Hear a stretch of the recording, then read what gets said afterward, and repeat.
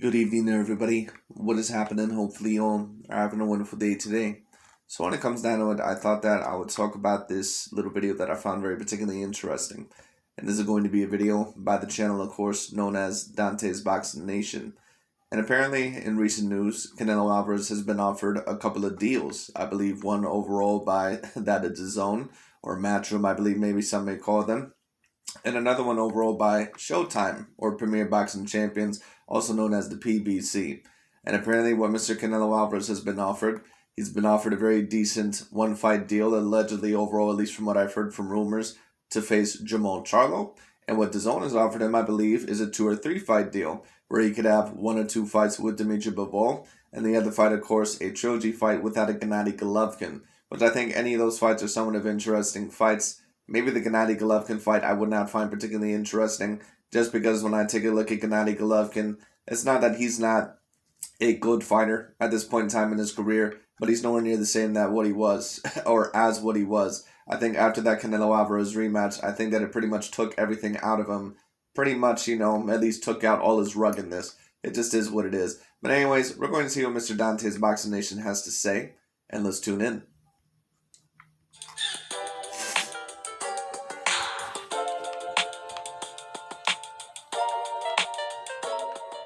Dante's Boxing Nation, what's going on, guys? So some really, really great news. According to ESPN reports, PBC's Al Heyman is offering Canelo Alvarez a big one-fight deal to fight Jamal Charlo. And Matchroom's Eddie Hearn, they are offering Canelo a 2-fight deal to fight Bivol and Gennady Golovkin. This is not great news because it means Canelo is going to definitely take one of these tough fights. It's great news because the only offers on the table are really, really tough fights for Canelo Alvarez. These are real fights. These are competitive fights. No Caleb Smiths, no Saunders, no Plants, no Yildirim's. All of those options will put Canelo Alvarez in a real fight, something we have. You notice that he finally put all those guys' names together.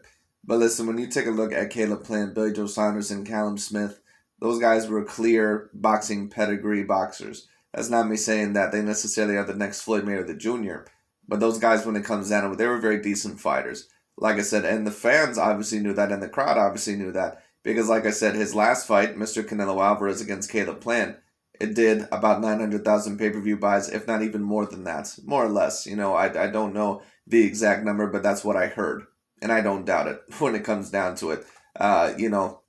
And like I said, you don't pull that amount of numbers out of your ass overall unless you're actually facing someone that is decently competitive. Been seen in almost 4 years. You always hear fans talking about how much money Canelo is making and et cetera, et cetera.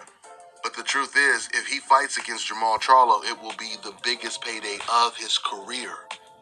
We know this because the biggest payday of his career right now was against Caleb Plant. Well, in terms of big fights, this fight is probably going to be just about as big as what the Gennady Golovkin fights were, maybe a little bit bigger, because Jermall Charlo, of course, is an American fighter, especially an American black fighter, and of course, they tend to have a little bit more of a fan base than what some of those Eastern Europeans would. And I know some people would say, oh, what are you talking about? There's a lot of people that support the Eastern European fighters. Yeah, but not usually as much overall as American black fighters, just because American black fighters, of course, they've usually been a little bit more dominant, of course, throughout the sport's history. But it just is what it is, or way more dominant, whatever the hell you want to say. But at the end of the day, this would be a very big fight for Canelo Alvarez. I think that Canelo Alvarez versus Jermall Charlo, out of any of the fights that are out there left, I think that every fight that Canelo could possibly take out there, no matter what his options are, they're always going to do decent numbers. Because Canelo Alvarez has pretty much proved that he is an all-time great, in my opinion. He is a decently great fighter, and that he has a high skill set. So basically, not only that, but he's a Mexican fighter. They're going to follow overall their guy, And to be honest with you, like I said, I don't know if there is a bigger fan base in all of boxing than that of the Mexican fan base. So I find it particularly interesting. I think that this fight, especially if it were to happen in Texas, I think that this would be a humongous fight. But really, no matter where this fight happens, it can happen on the moon. Jermall Charlo versus Canelo Alvarez, in my opinion, even though I don't think Jermall Charlo, I don't necessarily give any more than a 30% chance, and even that's stretching it a little bit in my opinion. but he would be a very, very big payday, or it would be a very big payday for both of them, because Jermall Charlo has the biggest fan base out of any of the other possible contenders that Canelo Alvarez could fight next. A heavy underdog, someone that a lot of people didn't really know, didn't have the skill, the buzz, or the resume of a Jermall Charlo.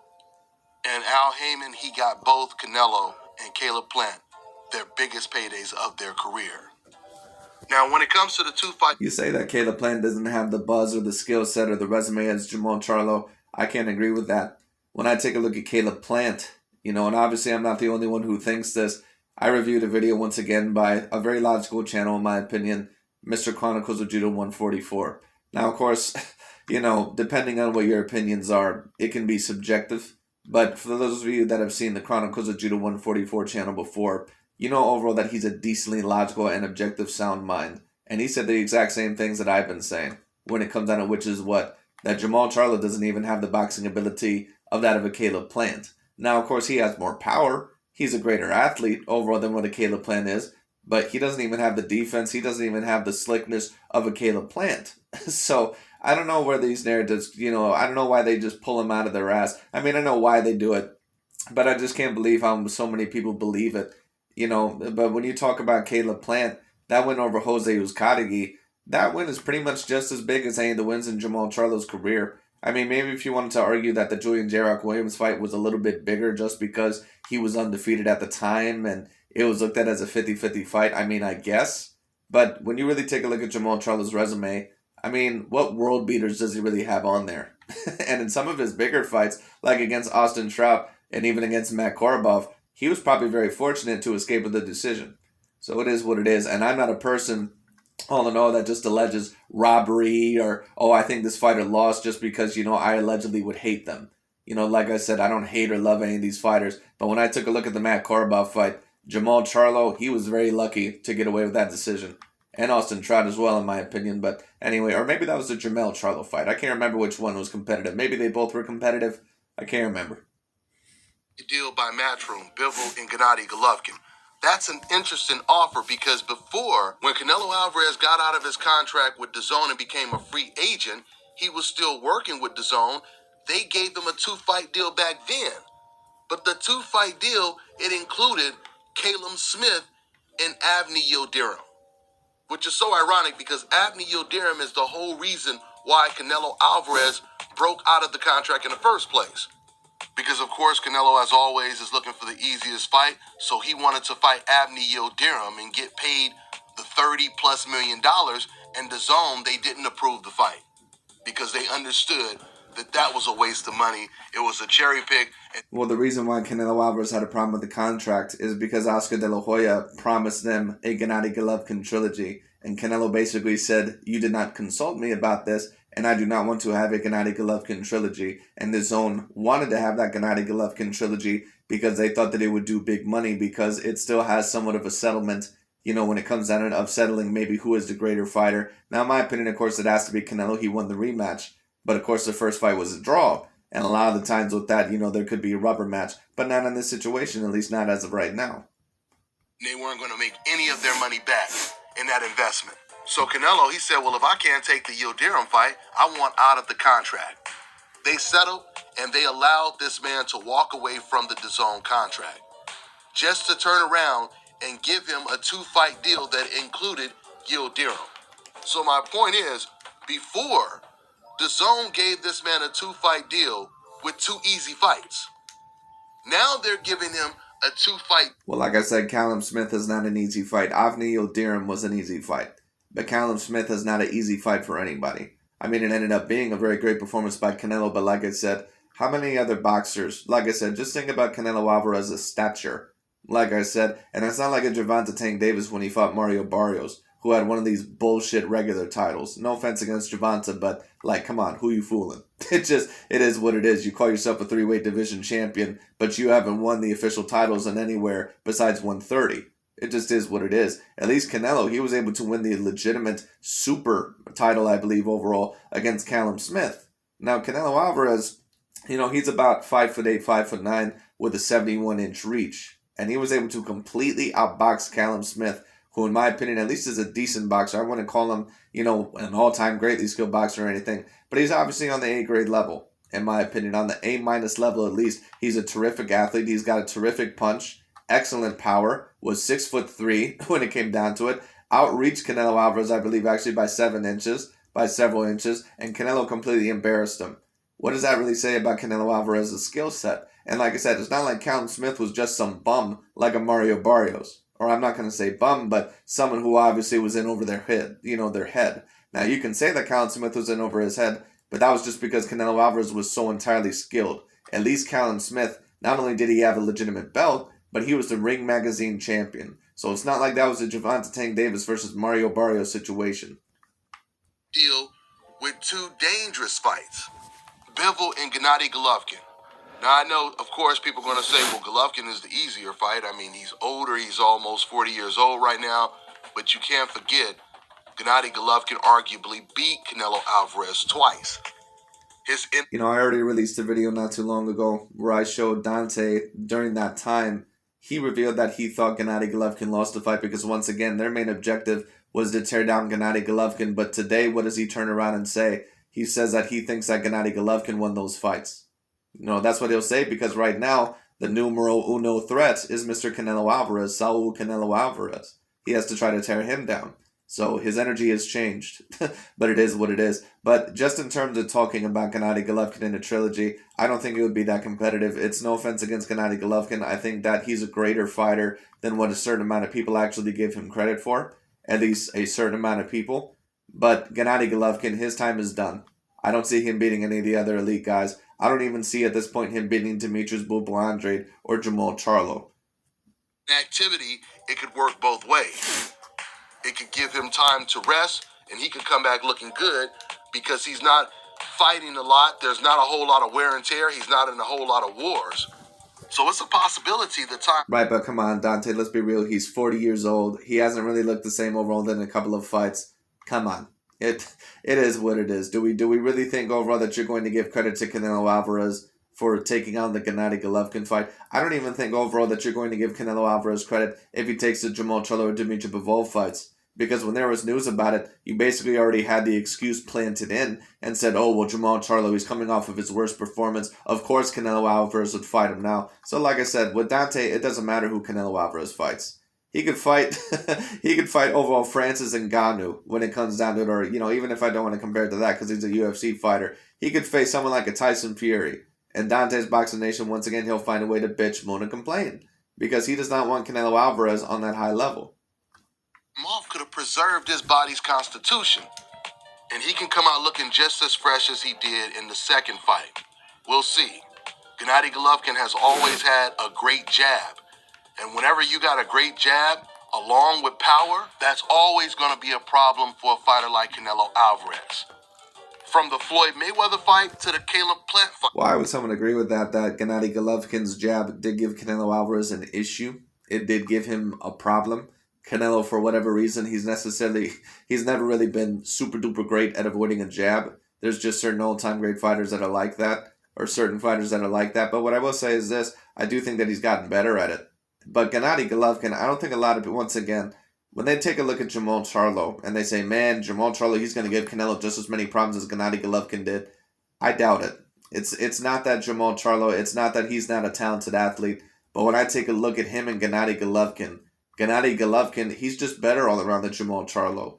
I don't think he's faster than Jermall Charlo, but, I mean, he's stronger than what Jermall Charlo was. He's more technical. He's smarter when it comes down to it. I think that he's a better pressure fighter than Jermall Charlo. Maybe you can say that he doesn't fight on the back foot quite as well as Jermall Charlo. I think he also has better footwork than Jermall Charlo. Now, certain people may say, like I had this one dude comment. He said, oh, well, what are you talking about? Gennady Golovkin has no foot speed whatsoever. Well, sometimes when it comes to footwork, we can't always take a look at foot speed. Gennady Golovkin had excellent foot placement, unless maybe you were pushing him back. But like I said, Gennady Golovkin on the front foot, excellent foot placement. He usually is on the balls of his feet. That's a big part of the reason why his jab overall is so effective. And even though I wouldn't say that his head movement was A++, his head movement could at least be decent enough, and his power overall would be stagnant enough to where it could bother you. So Gennady Golovkin, in my opinion, he's just a way bigger threat for anyone at his peak than what a Jermall Charlo is. He has worse feet than Gennady Golovkin. He doesn't have as much power when it comes down to it. He doesn't have the boxing IQ. He doesn't have the athleticism of a prime Gennady Golovkin. He is not the threat that a Gennady Golovkin is. It just is what it is, or was. Excuse me. You can. Now, once again, if I'm wrong, I don't mind eating crow. I never admit when I never overall, get mad when I have to admit when I'm wrong. But that's just what I see. See that Canelo Alvarez, he still has the same problems with the same punches. He still gets hit with the same punches consistently. Your jab is giving him trouble, so keep that on his face. CJ McCollum on the StormX Crypto Ferry. Trouble, so keep that on his face. And here's a clip of Canelo getting hit with the same jab and right hand in the Kovalev fight. So while there's When you take a look at that clip, 2 out of 3 of those punches didn't even really land. They were mainly blocked, or Canelo Alvarez rolled with them. I don't think Dante's Boxing Nation really knows shit about boxing, to be quite honest with you. But it is what it is. But listen, just to talk about that topic real quick, do I think that Canelo Alvarez, do I think that he has improved as a fighter? Absolutely, yes. I think that you can tell that he's improved as a fighter. This is him at his peak. When I even take a look at him in his couple of other past fights compared to what he was even against Danny Jacobs, I see ultimate improvement. It just is what it is. I see better head movement. I see better timing. I see, decently better defense. Canelo's just an all-around improved fighter. no doubt that Golovkin on paper is an easier fight than a Bivol fight, it's still a much better fight, much more competitive fight than any of the guys that Canelo has been facing in years. Now let's talk. I don't personally agree with that. In fact, if Gennady Golovkin were to face Canelo Alvarez at the current moment in time, he probably would get stopped. About Bivol. Now, guys, Bivol is the only fighter right now, well, 2 fighters. There are 2 fighters right now I believe beats Canelo hands down. It's Bivol and it's Andrade. Those 2 fighters I believe beats Canelo.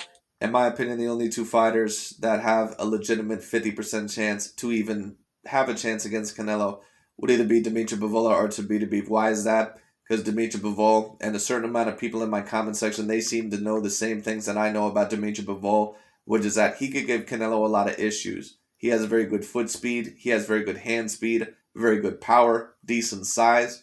Do I think he personally would beat Canelo at this point in time? I give him about a 49 to 50% chance. I would probably favor Canelo in that fight slightly, just because Canelo, his power seems to translate possibly even a little bit better than that of a Dmitry Bivol. And I know that sounds crazy to say because Dmitry Bivol is bigger. But when you take a look at Canelo Alvarez at this point in time in his career, his power seems to be more transcendent than that of a Dmitry Bivol. But you never know. It would be an excellent fight. And as for Dimitri's Bivol Andrade, I think he pretty much has about a 30, maybe 40% chance at most. He's a slickster a little bit, but he's also very sloppy in too many moments, in my opinion. And he does not necessarily have an A-grade chin. That's not me insulting Dimitri's Bivol Andrade. Maybe he could give him a little bit of problems, but I think Canelo has been there, done that before. Dimitri's Bivol Andrade, I guess if you want to compare him, he's like that style that Arasani Lara was a little bit. But like I said, to me, he's like a weaker version of Arasani Lara. Doesn't have the feet of Arasani Lara, doesn't have the head movement, doesn't have the defensive responsibility. He's bigger than what Arasani Lara was, so like I said, maybe he could provide Canelo with some challenges there. But I don't see Dimitri's Bivol Andrade having a real big chance of beating Canelo. But the other one, of course, that I've always said is Artur Beterbiev. Artur Beterbiev sometimes can be a little bit stiff. Sometimes he does not always have a great head movement. But he obviously does have some boxing ability. He has a great amateur pedigree. Like I said, if you're one of those guys that love to brag about amateur pedigree, he beat Sergey Kovalev and Alexander Usyk, I believe, in the amateurs. At least I believe he beat Alexander Usyk. If I'm wrong about that, someone corrects me. So obviously he has some sort of boxing IQ. And on top of that, he's a very good counterpuncher on the inside. He's not afraid to go at you. Maybe he would be with Canelo, but I don't know. And on top of that, his power, it's some of the best power that I've personally ever seen in the light heavyweight division, period. Hands down. I believe the Charlo fight is a 50-50 fight, but going back to Bivol, Bivol is everything that Canelo struggles against. Foot movement, counter-punching ability, and a great jab. Not to mention the power and the size The Dmitry Bivol fight would be an excellent fight. of a natural light heavyweight. So what that means, Dante, is that if Canelo was able to defeat Dmitry Bivol, we should hear you overall give him credit. I doubt it. We're probably just going to hear another lame-ass excuse, but we'll see what happens. But that's okay. I don't expect overall anything else from Dante's Boxing Nation, or some of these other channels. The only reason why I review these channels is overall to expose certain narratives and certain people that may be new to boxing. I'm here overall to put things on a logical and objective path. Which is really going to make the big difference. It's equivalent to fighters like Roman Gonzalez, Chocolatito. When he was at the smaller weight classes, he was getting outboxed by a lot of guys, but he always had the power to bail him out. Same thing with Nonito Donaire. When he was at the smaller weight classes, his power would always bail him out. He would be getting outboxed by the majority of his opponents. He would be down on the score. Yeah, but that's not Canelo Alvarez. And that tells me that you really don't know what the hell you're watching. But I don't really expect much else from Dante. Like I said, he doesn't really know what the hell he's watching when it comes to... really, he don't know what the hell he's watching when it comes to majority of fighters. That's why he predicted Deontay Wilder to win against Tyson Fury when Tyson Fury whooped that ass the first 2 times. But it is what it is. And I'm not saying that I get every single prediction on my channel correct. But at least every single prediction that I make is going to be somewhat based in logic, and I'm going to give you a really decent breakdown of why I believe what I believe. Dante comes up with the stupidest shit overall to break down certain fights. Listen, when it comes to Canelo Alvarez, he can do things that Roman Chocolatito Gonzalez and Nonito Donaire and Chavez Jr., he can do things that those certain fighters could never do. Because let me say this, if Canelo Alvarez was this real hype job, if he was a person that truly was going to get exposed, he would have gotten exposed already. Now, of course, he did end up losing to Floyd Mayweather Jr., and there was a couple of controversial fights. Maybe one you could debate against Araceli Lara, another one against Gennady Golovkin, but those are super-duper high-grade fighters. And at the end of the day, Canelo was able to get the slight decision victory over Gennady Golovkin in that rematch, and you can argue in the Araceli Lara fight that Lara could have threw more. So like I said, when it comes down to it, Canelo is a real deal fighter. If he wasn't a real deal fighter, he wouldn't be winning these type of fights. Because Caleb Plant, Callum Smith, and Billy Joe Saunders, all those fighters are at least of decent pedigree. So it is what it is. Scorecards. Because I've seen fighters on the know that were super duper hyped up, and then once they finally got in the ring with that boxer, that overall, could fight in a multitude of ways, or all in all was a super intelligent boxer, they got completely exposed. Or, if they were fighting a fighter that was similar in size, they got completely exposed. Certain fighters like Roman Chocolatito Gonzalez, to a degree, Julio Cesar Chavez Jr., when he fought Andre Fonfara, when he finally got beat, and knocked out, or certain fighters like Nonito Donaire, when he fought Gator Morgenthau, then he moved up, got knocked out against Nicholas Walters, although in a very competitive fight. Those are the fighters that Dante is trying to compare to Canelo Alvarez, and that just doesn't work because Canelo, you can tell that he's just a greater fighter than any of those fighters. He can do more than what those fighters could do. He's smarter. And on top of that, he's a greater athlete than what any of those fighters were. But it is what it is. Anyway. More than half of his fights. And the power would come and save the day.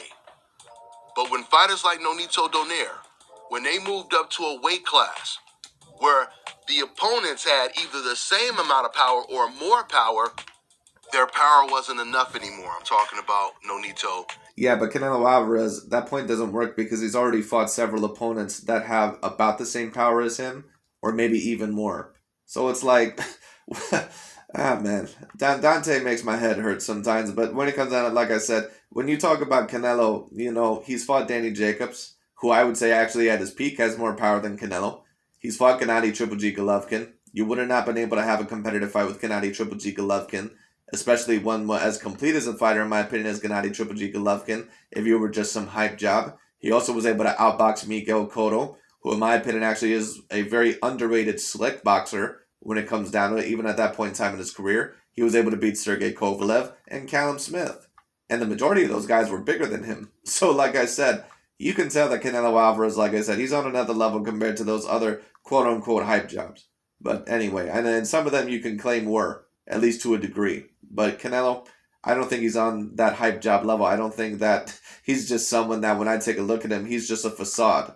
There's certain fighters that when I take a look at them, I say, you know what? When they really finally step in the ring with someone, they're going to get their ass whooped. But I don't take a look at that with Canelo, and I can't say that with Canelo because Canelo has fought so many real deal fighters. And Roman Gonzalez. I take a look at Jermall Charlo and David Benavidez like that, to be quite honest with you. As soon as Jermall Charlo really has another 50-50 fight, especially one where they have a chin, and all in all, they can throw back with him, and, you know, they're similar in size, because really Jermall Charlo, you can even argue that he's a natural 168-pounder. He's about 6 foot when it comes down to it, 73 inches of reach when it comes down to it. Big boy, bigger than Canelo is when it comes down to it, and about the same stature. So like I said, Jermall Charlo, he probably could have been facing people at 168 a couple years ago. But it is what it is. They had to rely on their skill set and their defense, which is why it is so difficult to do what Floyd Mayweather did.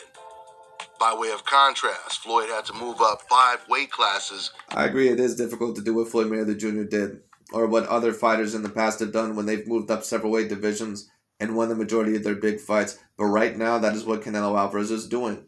And you can try to spread that narrative all you want to of, oh, he's not facing anyone and blah, blah, blah. Listen, dude, Callum Smith, Billy Joe Saunders, and Caleb Plant, you can say whatever you want about those fighters. Those fighters were at least on a very decent level. It's not like those guys were just B and C class fighters. They were all at least on the A- to maybe even A grade level.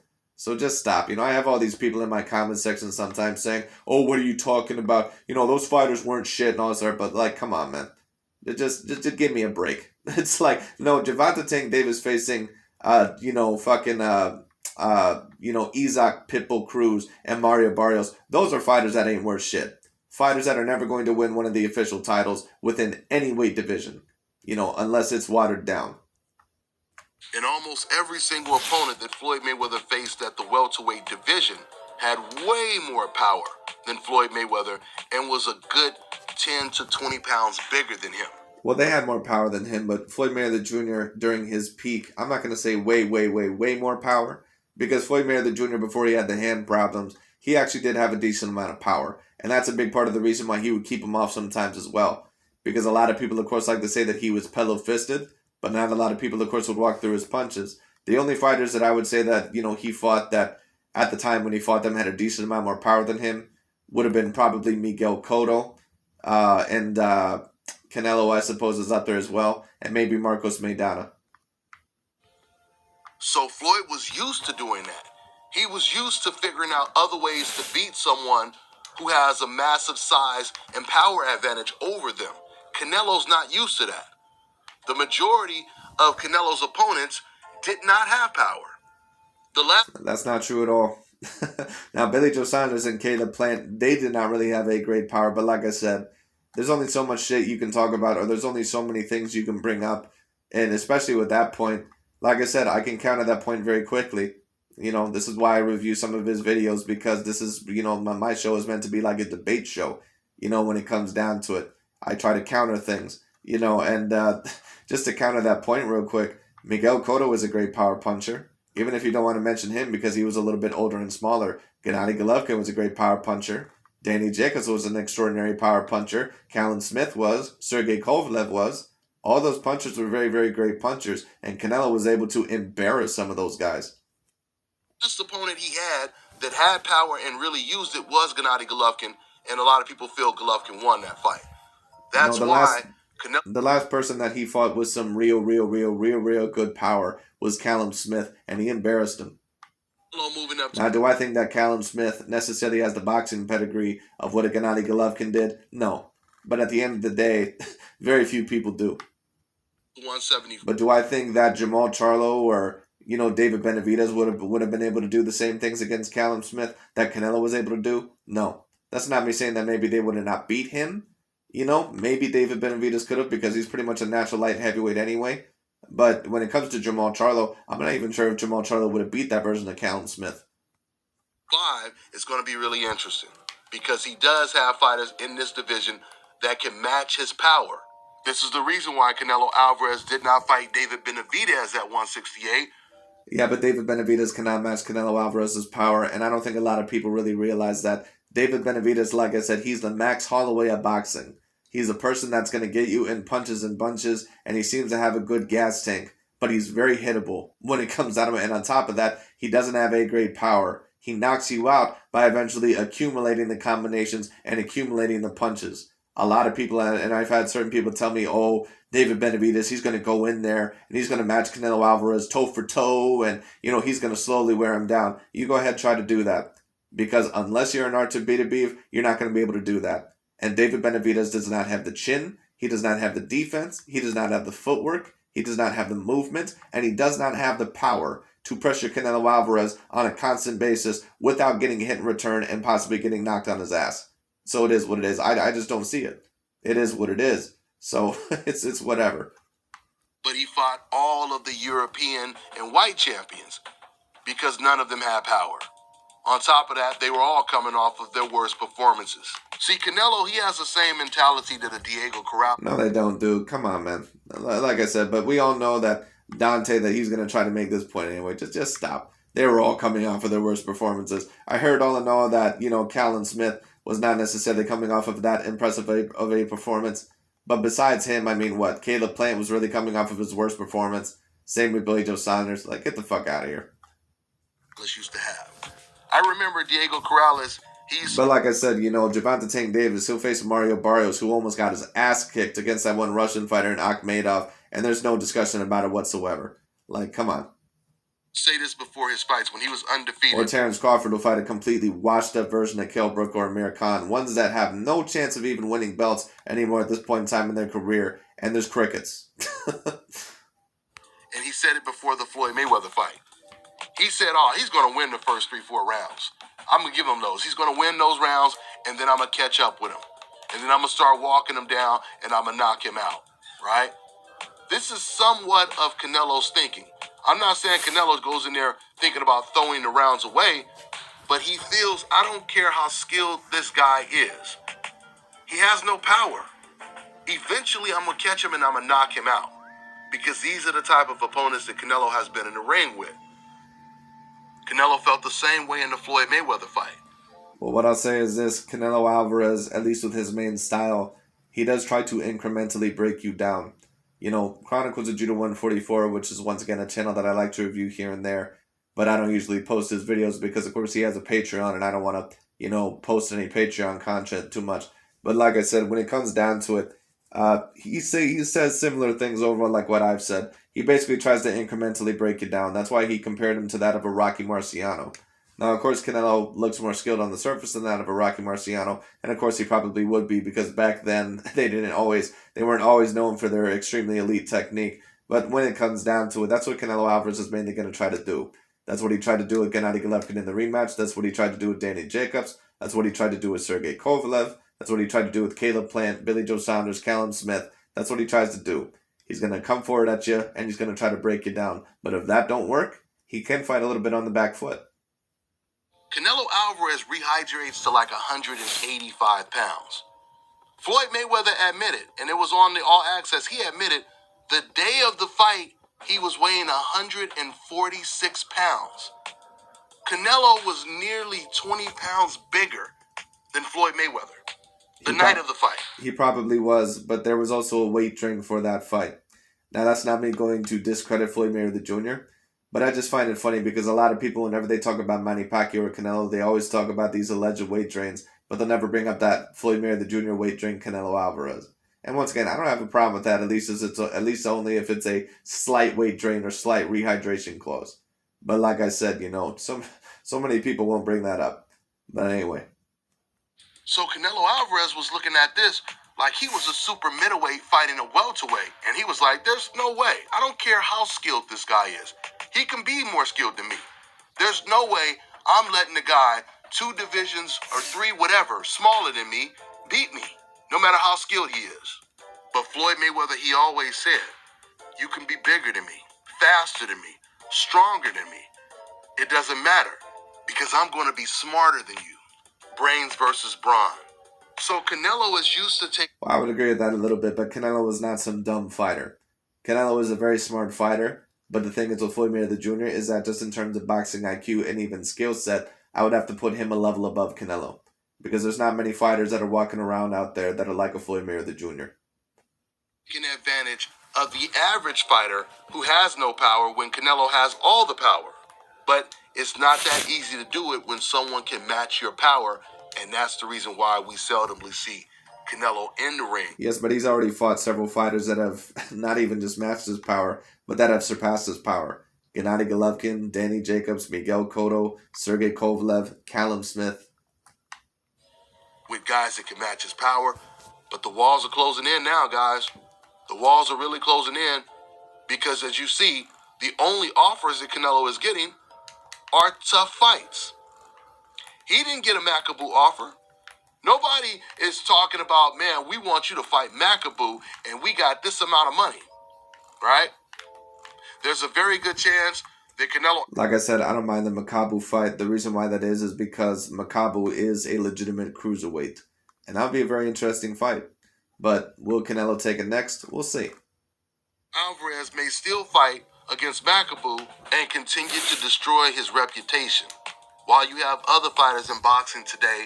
Well, he's not really destroying his reputation. You're trying to destroy his reputation.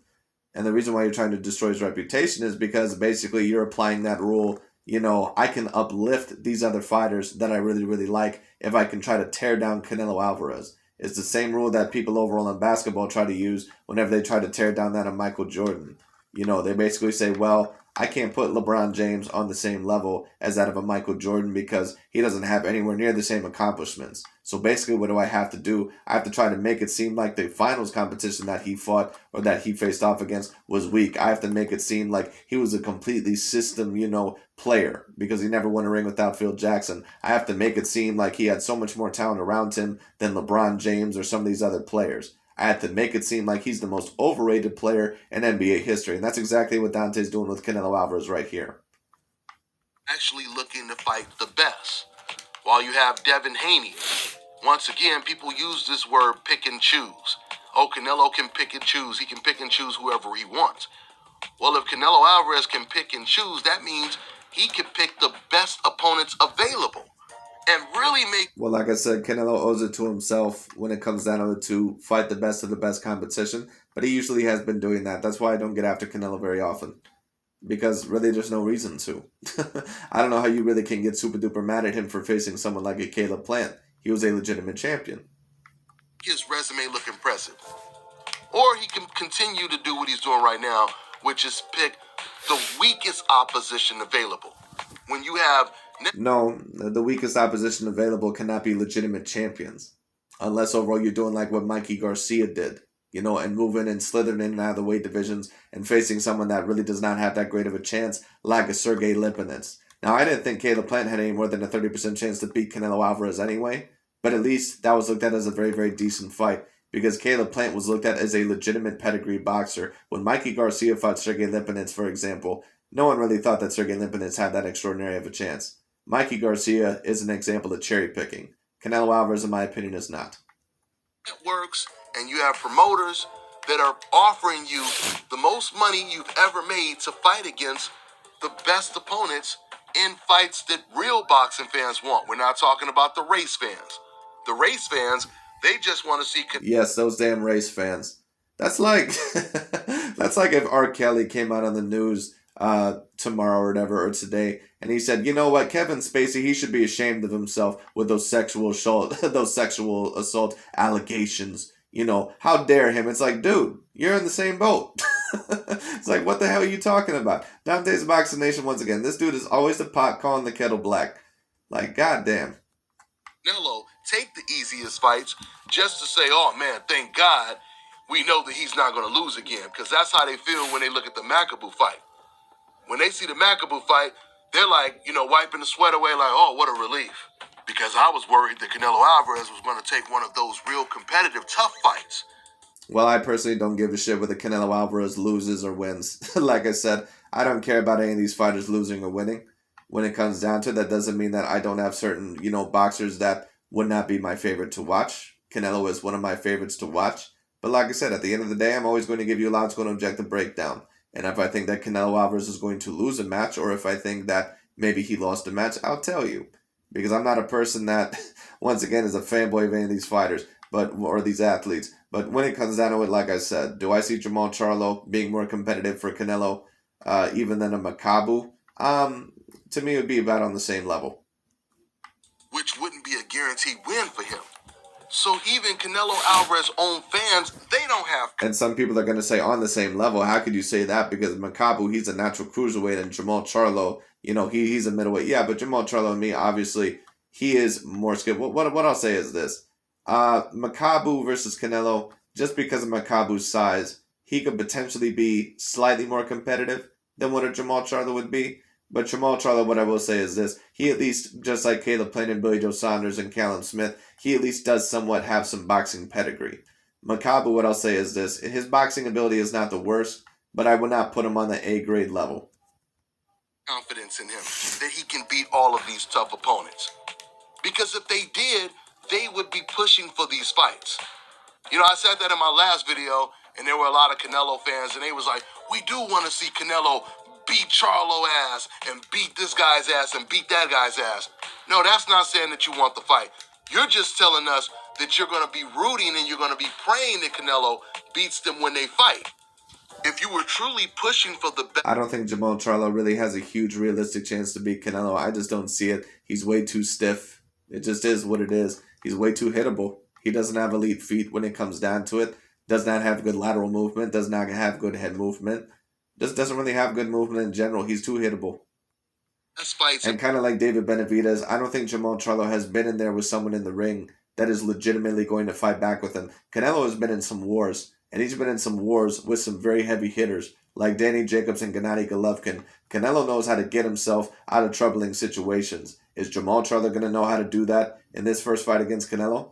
I'm not so sure about that. I think that Canelo's going to start hitting him, and he's going to say, wow, I've never been hit like this before, and then he's going to start backing up, in my opinion. He's going to, he probably is going to start incrementally getting broke down, but we'll see what happens. I hope I'm wrong for Jermall Charlo. Hopefully Jermall Charlo, he's able to put up somewhat of a fight.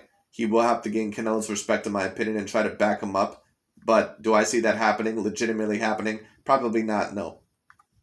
Boxing involving Canelo Alvarez, and you really wanted to see him, you would be disappointed when Canelo Alvarez picks the weakest link over and over and over again.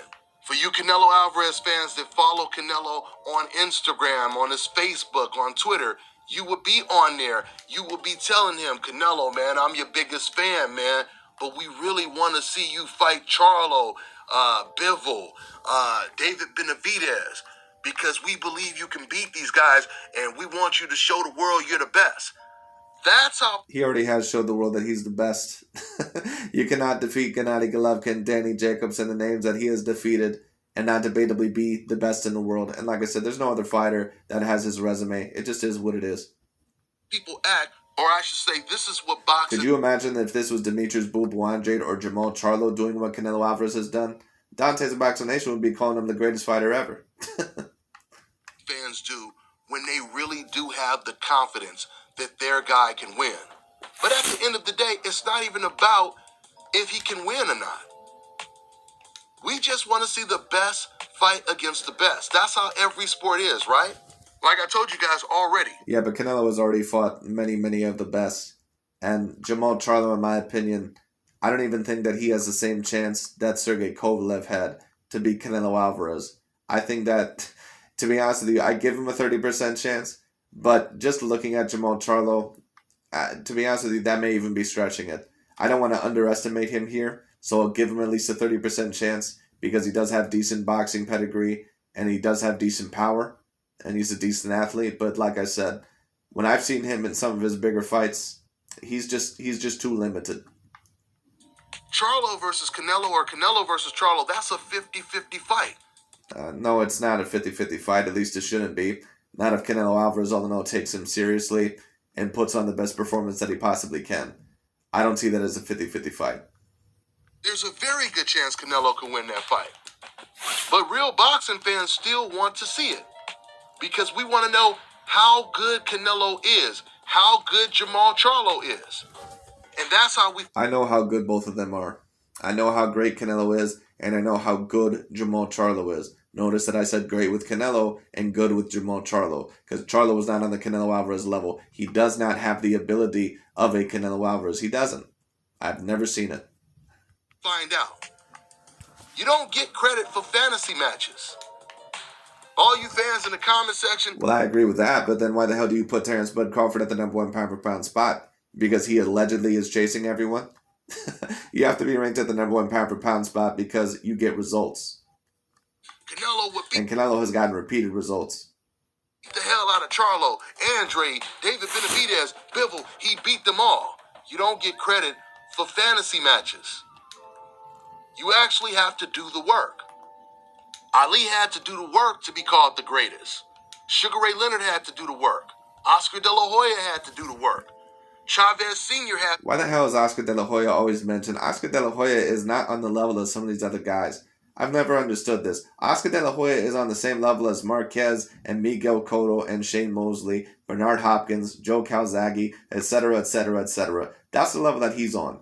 Maybe Barrera and Morales once again if you want to put them there. So many people always bring up Oscar De La Hoya. Yes, you were able to defeat Chavez Sr. You were supposed to. Chavez Sr. is no bigger than a natural 135 pounder. Oscar De La Hoya, even at his smallest, is probably a natural 147 pounder, with excellent reach and excellent height against Chavez Sr. Then you fought Pernell Sweet Pea Whitaker, and you're naturally way bigger than him as well. And to be honest with you, a lot of people thought that you lost that fight. And then you lose to Sugar Shane Mosley. You lose to Felix Tito Trinidad, even though a lot of people, of course, thought he won. I watched the fight the other day. You could have scored it either way because Oscar gave up the last 3 rounds very stupidly. So it is what it is. Why is Oscar De La Hoya always mentioned in these conversations? I never understand it. to put in the work. And so does Canelo Alvarez. Win, lose, or draw. So Canelo... And I hate to tell people this, but Canelo's already above Oscar De La Hoya. And I know a certain amount of people that, they're going to disagree with that. Name me one big fight in Oscar De La Hoya's career that he won where the person all in all was naturally his own same size. I'm talking about a person that was a legitimate A-plus fighter, because he didn't do it against Sugar Shane Mosley. He couldn't even do it against Felix Tito Trinidad. He couldn't do it against any one of those guys. It is what it is. The biggest wins of his career were against guys that were legitimately smaller than him. It is what it is. And I'll give you credit, but only to a certain degree. Canelo's going to make himself look horrible if he has these big offers by Matchroom, by Al Heyman in the PBC series. He turns down the biggest payday of his life just to fight another cherry pick against Macaboo. We know that if Terrence Crawford was in Canelo Alvarez's shoes and Terrence Crawford was a natural super middleweight, he would never be fighting a Macaboo. He would have never fought a Yildirim. He would have never fought a Rocky Fielding. What do you mean he would have never fought a Macaboo? You were going to give him praise for facing Patrick Teixeira, one of the weakest champions that I've ever seen in boxing history. You're going to give him credit for facing that dude at 154. What do you mean he would have went after a Macaboo? He would have went after someone worse. It is what it is. He would have already fought David Benavidez. He would have already fought Charlo and all of them. He would move up and he would fight Bill. So if Terrence Bud Crawford would have fought all of them, why does he not have any of the elite A-grade names on his resume? Why is Danny Garcia not on there? Why is Keith Thurman not on there? Why did it take several years for you to finally get Sean Porter on there? Why do you not have Errol Spence on there? Why do you not have overall Yordenis Ugas on there? Manny Pacquiao, now to be fair, Manny Pacquiao, it does seem like he somewhat avoided that fight. But all the other names apparently slipped your grasp, and you're allegedly going after them. But it was your decision to re-sign with Top Rank. Yeah, okay. And fight all of those guys, unify the belts, no problem. If he was a super middleweight in Canelo's shoes. We know this. Even the most racist Canelo Alvarez fan in the world knows this to be true deep down in his heart. And Terrence Crawford would do these things because he is the best fighter in the world. There's no way you can... You can debate, there's some people that would debate that Terrence Bud Crawford is the best fighter in the world in terms of his skill set. I would say that he's right there with Canelo and a few of the other ones that I've seen. But Canelo, in my opinion, at the current moment in time, he has to be the number 1 pound-for-pound fighter. Be the best fighter in the world if you yourself don't even have confidence and believe you're the best fighter in the world. So now Canelo Alvarez, he has 2 big offers on the table. Once again, let's look at the dichotomy. Imagine if this was years ago when all the welterweights, the top welterweights were still undefeated. Keith Thurman, Danny Garcia, Errol Spence. Terrence Crawford comes to the welterweight division, wins his WBO title against Jeff Horn, and just like that, he gets the biggest offer of his career to fight Errol Spence. But he gets other offers to fight. That's right, Terrence Bud Crawford He would just say 50-50 or I'm not taking it. The undefeated Thurman, Danny Garcia. Do you guys think that Terrence Crawford would turn down all of those offers to go look for a match? Well, in a way he did, because he re-signed with Top Rank. Now, whether he overall, knew that that was going to have future complications or whatnot, I'm not necessarily sure. But does that really sound like someone that is super duper serious about getting the big welterweight fights? Makabu to fight someone we never heard of at a weight class north. A guy that no one has heard of. A guy who's been knocked out twice. I remember when Terrence Bud Crawford fought that one Lithuanian dude, Aegis Kavaliauskas, a person that none of us had ever heard of. And Dante was literally hyping up that fight to be the next great fight. And he was saying, damn, can you believe Terrence Crawford was able to knock that dude out? Like, okay, but who the fuck is that dude? Like, that dude was never even a legitimate champion. It just is what it is. And has no type of skill set or chin or defense whatsoever. He just happens to have a belt. Do you guys know how ostracized Terrence Crawford would be? We know what time it is. So hopefully, Canelo Alvarez, he is going to take one of these tough fights. I mean, he's really, really running out of options. He's running out of Macabus, Yildirams, and Plants. And it'll be interesting to see what he does next. Even if he takes the Makabu fight, it'll be interesting where he goes from there. I don't know where he's going to find another Makabu after that. That's all I got for now, guys. I'm on to the next one. All right, now check this out, guys. But anyways, that's really about it for this video. I just thought that would be very particularly interesting. But we'll see what Mr. Canelo Alvarez takes next. If I had to guess, it seems like it will be Jermall Charlo. But you never know. I do believe that he is weighing out his options. The Makabu fight, I think, will be very interesting. Of course, that's a chase for history. But of course, any of these fights are a chase for history.